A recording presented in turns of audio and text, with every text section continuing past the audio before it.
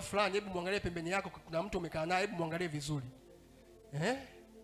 Muangalie jirani yako, huyo unayemwangalia anawaza. Ila wachache kama mimi ndio tunafikiria. Hebu fikiria somo kama hili, nguvu ya kufikiri kwenye kugeuza hali ngumu ya maisha. Ni matokeo ya kufikiria.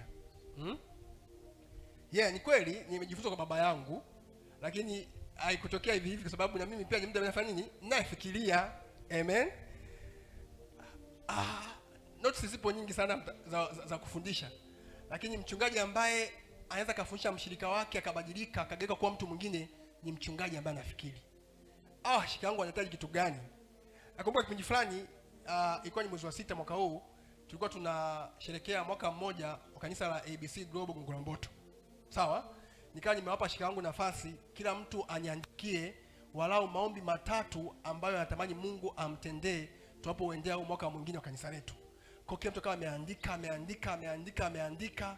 Sasa mimi kama mchungaji, kwa kuwa nilikuwa nimeandikia wale maombi, nikachukua wale maombi. Nikaanza kuyasoma moja baada ya lingine. La kwanza, la pili.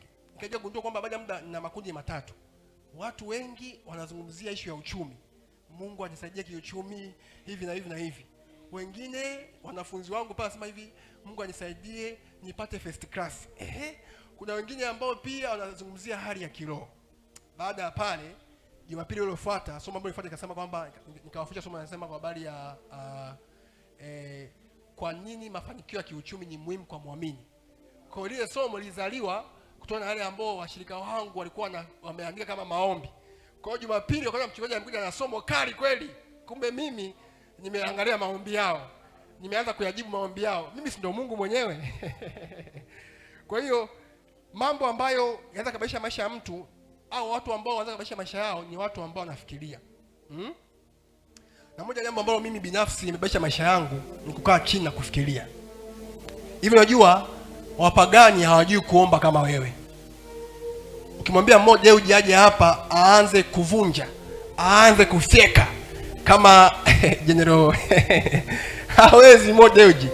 Lakini ukimpa kufikiria, ukimwambia afanyeje ili biashara yake ikue, kampuni yake ikue, atakupa masuluhisho na mawazo kwa nini afanye vile anavyofanya.